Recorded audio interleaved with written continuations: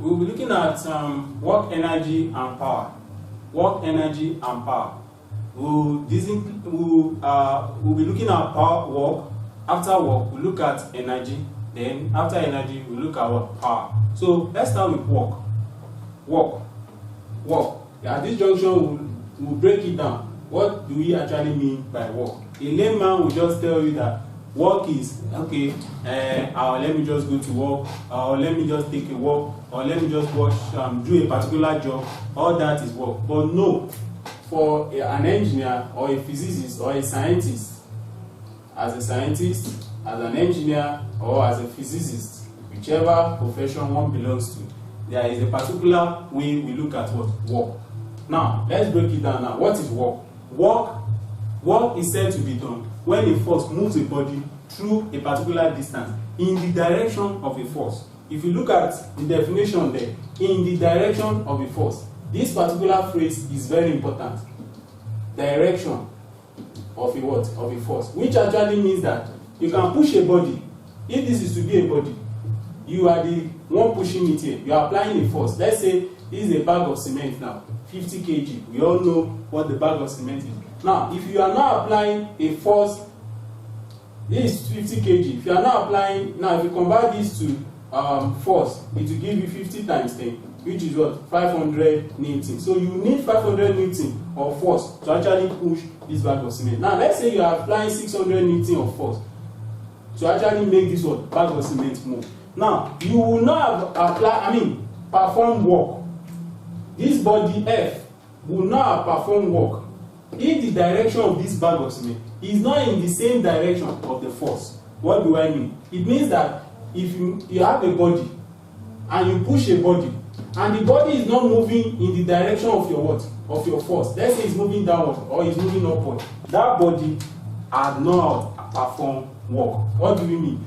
Work is actually said to be done when a force moves a body through a distance in the direction of that force. If you look at our diagram, if this is to be our diagram, we have a diagram there. Now, if you push a body, this is a body.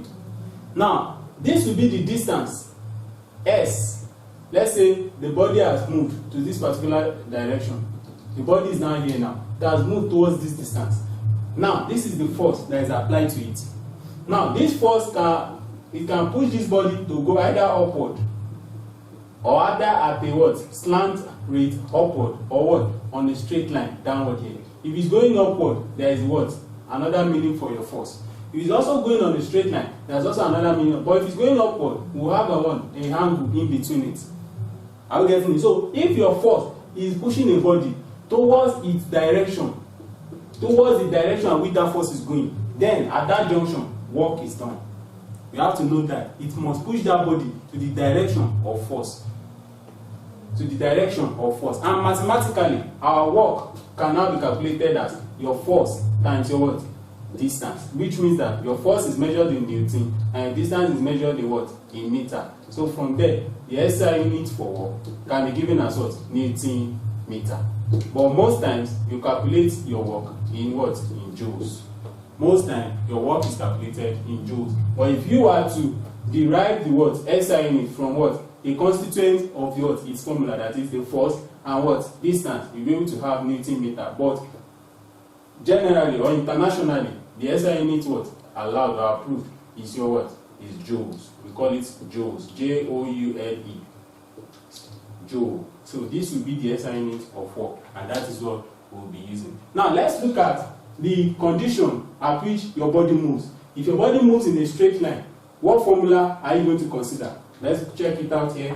If your body is moving on a straight line, I said you have something like this. Point A, point B. You push your body on this straight line. Now this is your force. The work done that will be calculated here will be what? Force times distance. This is just the formula. But if your body is moving with respect to what? The horizontal what? Surface. This is your ground surface. This is the ground surface. We call it what? Ground surface. Now if your body is going upward like this, That is at a what? At a slant angle. There's an angle theta here. Now, scientifically, you have to resolve this force. You have to resolve the force here. That is the force that makes the body to go up. You have to resolve it downward to a straight line. So for you to resolve it downward, you are looking at what? Your hypotenuse. You know, this will be the angle. Here, your angle 90 will be formed here. So you have to look at your hypotenuse and your adjacent. And your SOHCAHTOA in mathematics. Because everything that deals with physics and chemistry, you will be what? Referring back to your what? Fundamental or background mathematics. So at the junction where you have your hypotenuse and your adjacent, you will be referring to your what? Your C, which is your cos. So it means that your cos theta will give you, adjacent is what? Let's say the force, that's your F. Adjacent is what? Let me say X. Why your what? Hypotenuse is your what? F. So automatically, your X, which is distance, is what? F cos theta. So at this junction now, if we are to calculate our work done now, our work done here will now be F cos theta. That is, this your work done is calculated. Okay, we said our work done is force times your D cos theta. Two distances are involved. Let's say this is our what? Our Y. Let's not use F. This is our what? X. So our adjacent here is your X. While your hypotenuse here is your what? Your Y. And that's the distance at which you are looking. So if you are to make X object of formula, you have your what? Y cos theta. So your Y cos theta here, stands as your what? Your D. And if you recall, from here, your work done is what? F times D. So you have your force times your what? Your D. And what is your D? What is your D? Y cos theta. So you can just use your Y cos theta.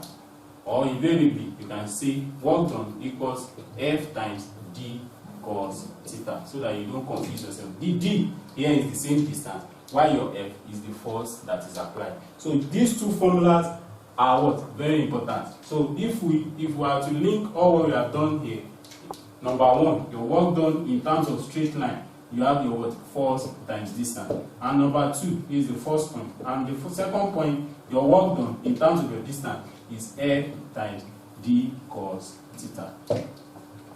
So from there, we have what? Analyzed work done holistically. That is, the major formulas involved and what work done is all about. Remember, we said work done, a work is done only when the body moves in the direction of that what? Force. If the body is not moving in the direction of that force, the work done has not been done. So at this junction, we go to work done in a force field. If you recall, we said work done is actually what? A work is done when what? When the body moves in the direction of the force. But in this area now, we're looking at work done in a force field. In a force field. If you ask me, what is force field? What is force field? Before you go into force field, let's go again. What is field? What is a field in what? In science. What is a field? A layman will tell you a field is any place where probably sports activity takes place. But no, a field in science is any particular region. A field is any particular region. Any particular what? Region. Or any particular geographical, any particular geographical region. Geographical region where the following phenomena, and I say phenomena, there are more than one, where the following phenomena is being what? Experienced. What are the phenomena? I'm talking about current, I'm talking about force, I'm talking about magnetic flux. Now, what do I mean by all this? When a particular region where force takes place, that is, force of attraction, let's say for instance, let's look at magnets for instance, your magnetic field. There's what we call magnetic field. Now, what makes it a magnetic field? You have your what? Your magnet here. It has a north and south pole. You have another magnet here. Now, our fundamental knowledge of what? Magnetism says that what? Like charge